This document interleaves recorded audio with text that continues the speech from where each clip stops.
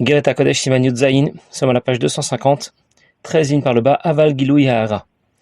L'Admor Zaken a d'abord rapporté que quand on donne la tzedaka, le retour sur investissement est disproportionné par rapport à notre effort. Et pour qu'on le comprenne bien, il a cité le pasuk qui dit dans les Tehillim, Rechava mitzvatra me'od. Ta mitzvah est très large. La mitzvah de Dieu, par excellence, c'est la mitzvah de tzedaka. La tzedaka est aussi appelée Derech Hashem, le chemin d'Hashem, parce qu'elle permet de relier, elle permet de faire la transition entre Sovev, la lumière divine infinie qui dépasse la création, avec l'ensemble de la création. Dans l'ensemble de la création, dans notre monde jusqu'au Gan Eden, c'est Memalé, la lumière divine limitée qui intègre la création, qui rayonne, qui brille. En conséquence, il y aura des conditions pour accéder au Gan Eden. Memalé n'est pas seulement limité pour ce qu'elle apporte, Memalé est limité dans sa nature, dans son essence. Pour l'obtenir, il y a donc des conditions. En général, on associe souvent le Gan Eden à l'étude de la Torah. La Gemara raconte dans Maseret Psachim que lorsque le Neshama de Rav Yosef, le fils de Rabbi Yehoshua ben Levi, a quitté ce monde et a rejoint le Gan Eden, une voix céleste a annoncé « Ashrei mi sheba lekan vetalmudo biyado » Heureux est celui qui arrive ici avec son Talmud, avec son étude dans sa main. On associe aussi souvent le monde futur, celui de Triat HaMetim, de la résurrection des morts, à la pratique des mitzvot, aux mitzvot en général et à la mitzvah de tzedaka en particulier. Pourquoi cette différence ? Pourquoi associer l'étude de la Torah au Gan Eden et la pratique des mitzvot à Triat HaMetim ? Parce que dans le domaine de l'étude, chacun va atteindre un niveau différent. Chacun aura une compréhension différente.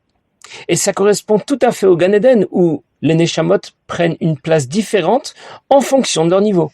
Au contraire, dans le domaine de la pratique des mitzvot, nous sommes tous égaux. Tout le monde accomplit les mêmes mitzvot, même si l'intention, la kavana qui accompagne le geste de la mitzvah peut être différente d'une personne à l'autre, mais le geste technique de la mitzvah est le même pour tous. Et ça correspond tout à fait au monde de Triat HaMetim, le monde de la résurrection des morts, pour laquelle on rapporte Kol Yisrael Yeshlem Chelek La'olam Haba. Tout Israël a une part dans le monde futur, sans distinction, sans restriction. Alors je récapitule. Mais Malé, la lumière divine qui est intégrable à la création, est une lumière limitée. Elle brille dans le Gan Eden de façon limitée et graduelle. Et il y aura une interaction directe entre nos efforts et le résultat obtenu. Celui qu'on obtiendra dans le Gan Eden. Sovev, la lumière divine qui n'est pas intégrable à la création, est illimitée. Elle brille au moment de Triat HaMetim, au moment de la résurrection des morts, de façon illimitée. Il n'y a aucun rapport entre nos efforts et le résultat obtenu au moment de Triat HaMetim. Ce que nous réalisons ne sera qu'un keli, un réceptacle, qui sera en mesure d'intégrer cette lumière. Encore faut-il que ce keli soit suffisamment large pour contenir Sovev. Et c'est là la particularité de la mitzvah de tzedaka. Ce qu'il faut bien comprendre, c'est que Memalé et Sovev sont deux lumières divines différentes, complètement décalées. Ce qu'il faut bien comprendre aussi, c'est que nous étudions la Torah et nous pratiquons les mitzvot dans le cadre d'un projet divin auquel nous avons été associés. Ce projet a commencé il y a presque 6000 ans et il s'achève au moment de Triat HaMetim, de la résurrection des morts. Pour atteindre cet objectif, nous devons étudier la Torah et pratiquer les mitzvot. Et quand on y pense, on voit Torah et mitzvot d'une autre façon, d'une façon complètement différente. Torah et mitzvot ne sont pas un ensemble de contraintes que l'on m'impose. Ce n'est pas un joug qu'on me fait porter contre ma volonté. C'est une chance, c'est un privilège, une opportunité, la possibilité de rejoindre Akadosh Baruch Hu dans son projet et d'y participer. Alors dans les mots. Aval Gilui Ha'ara shebetriat HaMetim. La lumière divine qui se révélera au moment de Triat HaMetim, Yem Miprinat Sovev Kol Almin, sera du rang de Sovev, Sheina Bifrinat Tzimtzum Veshiur Gvul, qui n'est pas limité, qui ne connaît pas de limite, elle a blik vulvetachlit, qui est infini. Comme Shekatoub, l'Ikut Amarim, Perek Memchet Biurinyan Sovev Kol Almin, et le Perek Memchet est consacré à expliquer, chapitre 48 dans l'Ikut Amarim, dans la première partie de l'Ikut Amarim, et justement traite de ce sujet et définit avec beaucoup plus de longueur, avec un plus long développement ce que représente Sovev Kol Almin. Sheino Kemashmo Kemo Igul Chaz Shalom, et là-bas nous avons déjà expliqué que lorsqu'on parle de Sovev et qu'on traduit autour, eh bien on n'est pas du tout On ne parle pas vraiment de ce qu'est exactement Sovev, parce que Sovev n'est pas autour de quoi que ce soit. Et là, chez Nobifrinat, Itlapshut vechule. Ici, on a dit le mot-clé. Sovev n'est pas absent. Il n'est simplement pas intégré et intégrable. Aïn Shametev, et l'Admour Zaken nous demande de bien regarder ce qui a été déjà expliqué là-bas. Ça veut dire qu'il ne faut pas croire que Sovev est absent et que Memalé est présent dans la création. Sovev et Memalé sont présents dans l'ensemble de la création, mais pas de la même manière. Memalé s'introduit dans la création, on parlera de Itlapshut. Sovev ne s'introduit pas dans la création. Il n'intègre pas la création. Ce qu'il faut bien comprendre, c'est que Or HaSovev est complètement décalé par rapport à Or HaMemalé, par rapport à la lumière divine qui est intégrable à la création.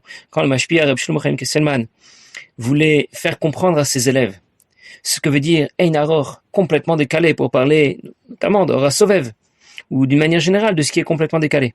Alors il racontait ce que Rabbi Shmuel Dov mi Borisov avait l'habitude de dire au sujet de son maître, Rabbi Hillel mi Paritch. Et il disait que la différence qu'il y a entre Rabbi Hillel et moi, c'est la différence qu'il y a entre moi et un chat. Et il expliquait, ça ne veut pas dire qu'il y a autant de différence entre un chat et moi qu'il y a de différence entre moi et Rabbi Hillel. Ça veut dire que devant Rabbi Hillel, moi et le chat, nous sommes exactement au même niveau. Et on comprend donc que Sovev est complètement décalé par rapport à Memalé. Le Morazaken continue, il dit, Vezeu Shamur Azal. C'est ça que nos maîtres ont dit. Vitrotem Berachem Venainin Choulé. Leur couronne est sur leur tête. Dans le Gan Eden, les tzadikim se trouvent avec leur couronne sur leur tête. Atara, une couronne iprinat makif vesovev, nikra keter minachan koteret. Atara est une couronne, c'est ce qui représente ce qui est au-dessus, autour. On l'appelle keter et il précise que c'est en rapport avec kotarot, qui fait référence aux moulures qui couronnaient les couronnes, les poteaux, qui avaient la forme de couronne, qui couronnaient les poteaux que Shlomo HaMelech avait fait construire. Cette couronne représente ce qui fera la liaison entre Dieu qui précède le monde de Hatzilut et les éléments du monde de Hatzilut, ou la Tidir Vidit Galebo Alamazé, Chol Tzadikim, Shiakumu Bitria, Amer Kulam Tzadikim, et plus tard, c'est cette lumière divine qui se révélera à tous les tzadikim qui se relèveront au moment de Triat Hametim, de la résurrection des morts, puisque tous les Bnei Israël sont appelés des tzadikim.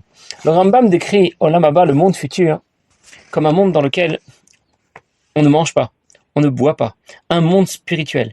Les tzadikim sont là, ve'itrotehem berachem, avec leur couronne sur leur tête. Il y a un chassid qui un jour a été exilé en Sibérie, il est arrivé dans un camp de travail parce qu'il avait mené des activités subversives. Il diffusait l'importance d'étudier la Torah et de pratiquer les mitzvot. Et il se retrouve donc dans un village reculé. Il est privé de tout. Et il déclare à ceux qu'il rencontre, mais ici, on est vraiment dans le Gan Eden. Alors les autres pensent qu'il a peut-être perdu la tête. Ils répondent, qu'est-ce que tu racontes? C'est pas le Gan Eden, on est privé de tout. Il dit, oui, c'est exactement ce que déclare le Rambam, que le Gan Eden, c'est un monde dans lequel on ne mange pas, on ne boit pas. Bon, en tout cas, il avait au moins gardé son sens de l'humour. En tout cas, pourquoi on parle de couronne sur leur tête? La couronne est au-dessus, au-delà de la tête. Et cela fait référence à Sovev. Sovev qui est au-dessus et au-delà de la création. La Noirzaken précise que Keter, la couronne, vient du mot Koteret, Kotarot. Kotarot, cela fait référence aux colonnes que Shlomo a construites, qui étaient surmontées de kotarot, de moulures, qui couronnaient ces colonnes, qui reliaient le sol et le toit. Pourquoi l'Admorazaken le précise? Parce qu'il existe une autre traduction pour le mot Keter. Il y a un passouk dans Iyov qui dit Ketar lizer, tais-toi un peu. Ketar veut dire aussi se taire. Et on l'associe alors au bitoul, à la soumission. Ici, l'Admorazaken précise que le mot Keter n'est pas employé dans ce sens-là, mais plutôt par rapport à la première traduction, la couronne, qui va évoquer ce qui est au-dessus, ce qui est au-delà. Keter va faire la liaison entre ce que nous avons appelé les Netzalim, ça veut dire les différentes entités du monde de Hatzilut, et le Ma'atzil Ensof Baruch Hu, le divin qui précède le monde de Hatzilut. Il y a un décalage énorme entre les Netzalim, Hatzilut, qui correspond à un monde limité, et le Ma'atzil, le divin qui précède Hatzilut et qui est illimité. Il faut donc une transition entre les deux. Et c'est Keter qui assure ce rôle, qui assure la liaison entre les deux. Alors je récapitule. Keter n'est pas intégrable à la création parce qu'il assure la liaison entre Ein Sof, le divin qui est illimité, et le monde de Hatzilut. Le passage de l'illimité à ce qui est limité est un passage énorme. Il ne s'agit pas juste de traverser la rue. Il ne s'agit pas non plus de traverser l'océan. C'est encore bien plus énorme que tout cela. Et c'est bien cette lumière qui se révélera plus tard dans notre monde au moment de Triat Hametim. A priori, le monde matériel devrait s'opposer à Sovev, à Keter. Il ne pourrait pas le supporter. D'ailleurs, c'est pour cette raison que le Gan Eden n'apparaît pas dans ce monde, parce que la matérialité de ce monde s'y oppose. Et plus le matériel s'impose, et moins il laisse de place au spirituel. Pourtant, Sovev se révélera bien au moment de Triat Hametim dans notre monde matériel, parce que justement, il est illimité, et donc il n'a plus aucune contrainte. Il n'obéit pas à ses contraintes, parce que sa dimension est sans limite, et il sera donc très bien intégré ce monde matériel. D'ailleurs, ce qu'on vient de dire que plus le matériel s'impose et moins il laisse de place au spirituel, c'est aussi pour cette raison qu'à une certaine époque, la durée des tfilotes était relativement courte, et qu'avec le temps, le temps nécessaire pour prier s'est allongé progressivement. Lorsqu'Eliezer, le serviteur d'Abraham, a prié pour que sa mission puisse réussir, sa prière n'a duré que quelques minutes. Et en plus, Akadosh Baruch Hu lui a répondu tout de suite. Lorsque Moshe Rabbeinu a prié pour sa sœur Myriam lorsqu'elle avait eu la lèpre, sa prière a tenu en quelques mots. Quel narefan. Et Hachem lui a répondu. À notre époque, la prière s'inscrit plutôt dans le temps. Elle dure 1 heure et quart. Et Dieu ne nous répond même pas immédiatement. C'est parce qu'au fil du temps, le monde s'encrasse, la matérialité du monde s'impose et se fait sentir de plus en plus. La place du spirituel diminue et donc le temps nécessaire pour prier s'allonge. À l'époque, la faute la plus répandue, c'était l'idolâtrie, Avodah Zara. C'est grave, n'est-ce pas? C'est insupportable. Pourtant, dans cette faute, il y avait au moins une recherche de spiritualité. Cette recherche était mal orientée, c'est sûr. Mais malgré tout, c'est une faute engagée dans une direction spirituelle, son attrait est spirituel. À notre époque, celui qui commet des fautes, il ne recherche qu'une seule chose, à se vautrer dans les plaisirs de ce monde, profiter de la vie sans contrainte, sans inhibition. Son attrait est matériel et pas du tout spirituel. Alors, on comprend bien que notre monde, dans notre monde, le matériel prend de plus en plus de place. Notre monde s'est encrassé. Et c'est pour cette raison qu'à notre époque, la tfila doit être plus longue, parce qu'on a besoin de plus de temps pour s'immerger dans l'univers spirituel de la tfila et émerger un peu de la grossièreté de ce monde. Notre monde est grossier et matériel, et a priori, Sovev n'aurait donc pas sa place dans ce monde. Et c'est justement la dimension illimitée de Sovev qui lui permettra de l'intégrer au moment de Triat Hametim, au moment de la résurrection des morts, et de s'y révéler sans contrainte, sans limite. Mais Malé n'a pas non plus sa place dans ce monde. Mais parce que sa dimension est limitée, il ne peut pas intégrer notre monde et s'y révéler. Triat Hametim surviendra donc bien dans notre monde matériel. Ce ne sera pas un monde spirituel, un monde bien matériel, et Sovev ne s'y révélera qu'à condition d'y trouver un réceptacle adéquat, un réceptacle assez large. Et c'est là où l'Admour Zaken va en venir. Ce réceptacle, c'est la tzedaka. C'est le sens du pasouk. Chava mitzvatra me'od. Et c'est bien là tout l'objectif que nous recherchons, que nous voulons atteindre. Nous devons réaliser pour Akadosh Baruch Hu une demeure dans ce monde. Ça veut dire révéler dans ce monde matériel la dimension infinie du divin. Sovev, c'est ce qu'on appelle faire dira batartonim. Ce n'est pas qu'un midrash qui raconte qu'Akadosh Baruch Hu a voulu avoir dira batartonim. C'est le fondement et la base du projet de Dieu dans la création.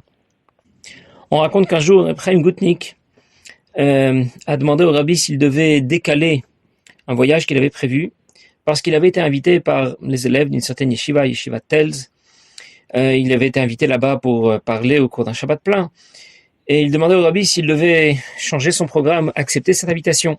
Et le rabbi lui a demandé effectivement de changer son programme. Et entre autres, il lui a dit que l'un des participants à ce Shabbat plein est très opposé à Lubavitch. Alors il a demandé au Rav Chaim Gutnik de déterminer pourquoi il était à ce point opposé à Lubavitch, et d'essayer de lui parler, de comprendre quel était le problème et de résoudre ce problème.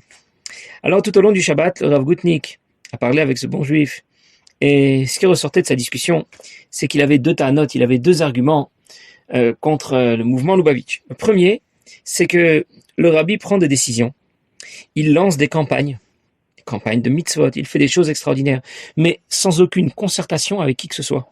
Il prend ses décisions tout seul. Il y a d'autres grands maîtres de la Torah à notre époque qu'il aurait pu concerter pour savoir si ces décisions étaient bien les bonnes, si c'était bien le moment de les prendre.